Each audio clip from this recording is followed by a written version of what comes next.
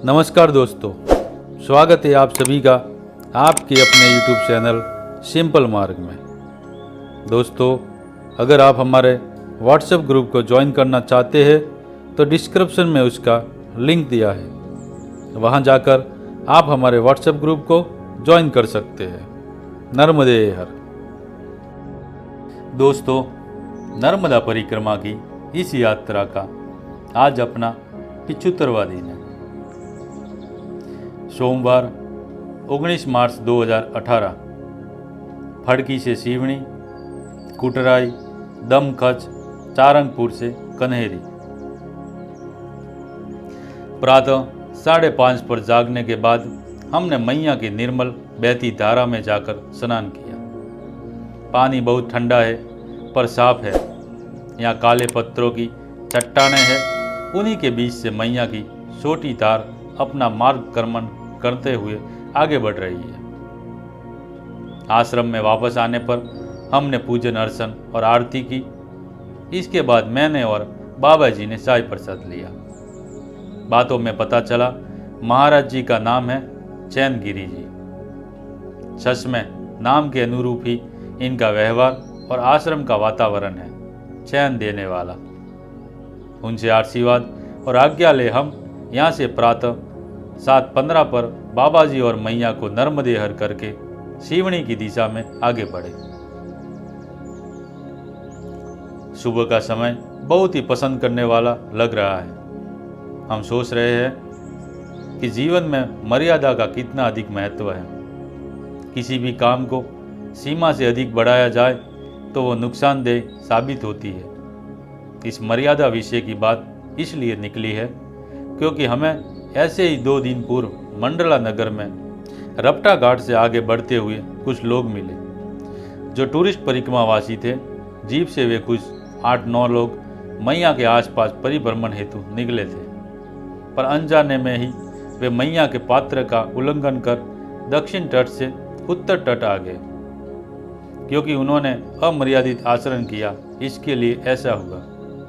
गाड़ी की गति भी अगर अधिक से है तो ये अमर्यादा की श्रेणी में ही आएगा।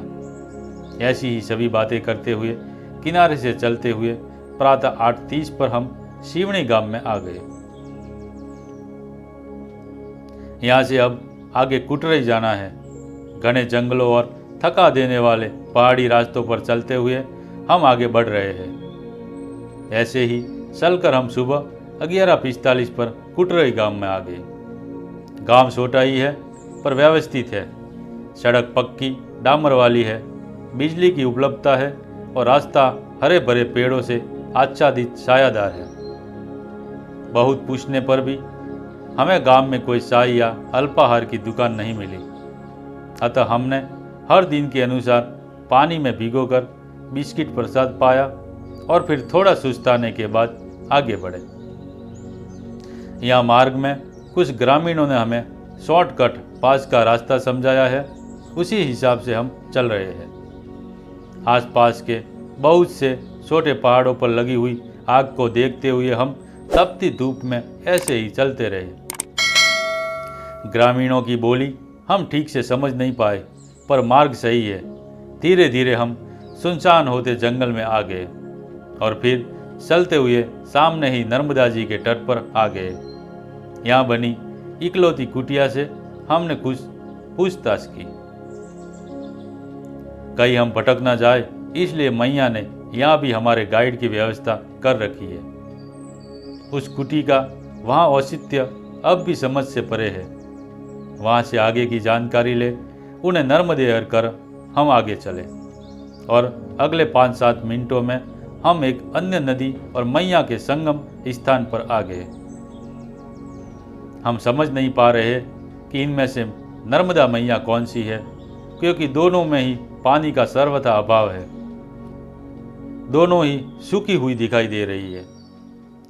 फिर भी ग्रामीणों और इस कुटिया से प्राप्त जानकारी के आधार पर हमने हमारे सामने की नदी को नदी और कुछ बाजू से प्रवाहित को मैया मान इसे पार किया।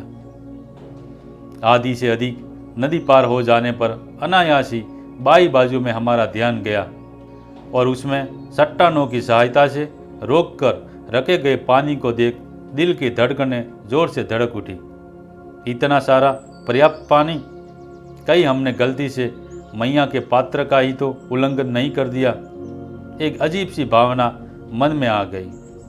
अब जो भी पहले मिले उससे इस नदी के बारे में जानकारी लेना ही है। इसी विचार से हमने बाकी का आधा जल प्रवाह भी पार किया और फिर ऊपर की चढ़ाई चढ़ना प्रारंभ किया।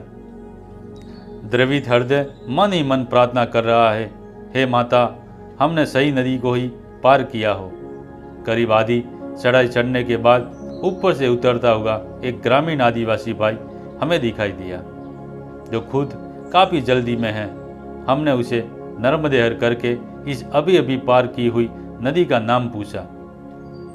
बिना रुके और हमारी ओर देख उसने चलते हुए ही जोर से कहा, सिलगी नदी। पीछे स्टॉप डैम बनाकर रोका हुआ पानी अनायास ही आंखों के कोनों से वह निकला, नर्मदेहर। हमने मैया के प्रवाह का उल्लंघन नहीं किया। इसकी पुष्टि का यह आनंद और मन को मिले हुए सुकून को कैसे शब्दों में व्यक्त किया जाए। इतने दिनों की तपस्या एक गलती से खंडित हो जाती, पर मैया की कृपा से ऐसा कुछ नहीं हुआ। बाकी के बड़े उस चढ़ाव को चढ़कर हम दमखस गांव में आ गए। ये गांव सच में अपने नाम के अनुरूप ही सांसें फुला देने वाली ऊंचाई पर ही बसा हुआ है, पर इतने ऊपर हम हैं कि सभी कुछ हमसे थोड़ा नीचे है ऐसे लग रहा है। हम पुनः एक बार दक्षिण तट की शूलपाणी झाड़ी के पहाड़ों का अनुभव कर रहे हैं। हमारे दाहिने हाथ की दिशा में करीब 300-400 मीटर दूर बहुत ही चौड़ी कोई घाटी दिख रही है। यह है मैया के प्रवाह का मार्ग। हम चलते रुकते गांव में आए। ग्रामीणों का व्यवहार उत्साह जगाने वाला नहीं है। कुछ सुस्ताने के बाद हम आगे बढ़े। कुटरई गांव के बाद से अब हम डिंडोरी जिले में हैं। एक जिला पार करके अगले जिले की सीमा में आ जाने का भी अपना अलग ही आनंद है, जो उत्साह बढ़ाने में अनायास ही मदद कर रहा है। एक जिला और मतलब अमरकंटक के और करीब। दमखस के ग्रामीणों ने जानकारी दी है कि हमें अब आगे सारंगपुर जाना है, तो उसी मार्ग पर चलते रुकते थकते हांफते हम दोपहर 3:30 पर सारंगपुर आ गए। इसके आगे फिर चलते हुए हम शाम 4:30 पर कन्हेरी छोटे से ग्रामीण नगर के जंक्शन बिंदु पर आ गए। यहाँ थोड़ी अधिक आबादी है। गांव से बड़ा पर नगर से छोटा ऐसा ये कस्बा है। बाजार की एक किराना दुकान से हमने खाने के लिए कुछ बिस्किट आदि के पैकेट लिए और फिर उन्हीं से रुकने के स्थान या मंदिर के विषय में पूछताछ की। उन्होंने बताया बाजू में ही बने हुए नर्मदा सेवा यात्रा यात्री विश्राम स्थल पर ही हमको रुकना होगा, क्योंकि और कोई व्यवस्था नहीं है। सरकारी तंत्र की इस यात्रा से हमें प्रथम बार आज कुछ लाभ मिला। हम उसी छोटे 8x10 के खुले बरामदे रूपी मंच पर थोड़ी साफ सफाई के बाद आसन लगा बैठ गए। सामने के एक चाय वाले भैया ने हमें देख 2 कप चाय प्रसाद हमारे लिए भेजा, जो केवल मैंने पाया। पानी के साधन के बारे में पूछने पर पता चला इस नगर में एक ही हैंडपंप है, जो सरकारी स्कूल के पास है, और वही पास में एक छोटा तालाब है, पर उसका पानी पीने योग्य नहीं। हम स्नान के हिसाब से उस तालाब पर आए, जो हमारे विश्राम स्थल से 5 मिनट की पैदल दूरी पर ही सरकारी विद्यालय के ही पास था। तालाब का सारा पानी मटमैला था और उसमें बहुत सी भैंसें जल क्रीड़ा में मस्त थी। एक छोटे से घाट पर कुछ माताएं कपड़े धो रही थी। पानी इतना गंदा था तो समझ नहीं आया कि वे कपड़े धो रही है या उन्हें और गंदे कर रही है। हम निराश हो वापस सरकारी विद्यालय के हैंडपंप पर आ गए।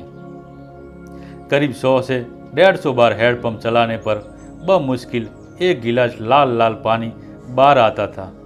यहाँ कुछ छोटी बच्चियाँ भी अपने घरों का पानी भरने हेतु आई हुई थी, जिन्हें हमारी वजह से दिक्कत हो रही थी, ऐसा हमने मन में अनुभव किया।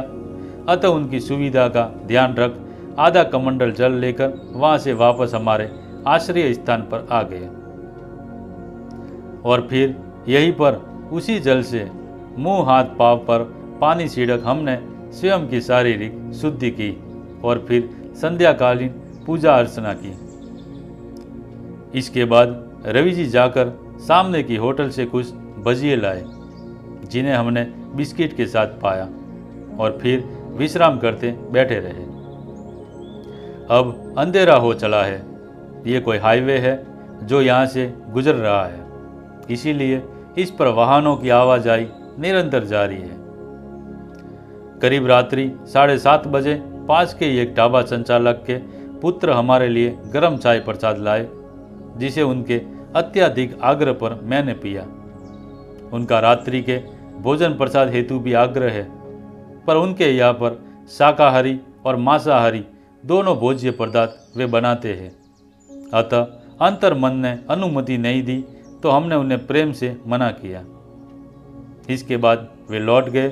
अब केवल हम दोनों ही उस अत्यधिक गर्म धूल भरे और अंधेरे खूब आश्रय स्थल में आश्रम पाकर अपने आसनों पर लेटे रहे।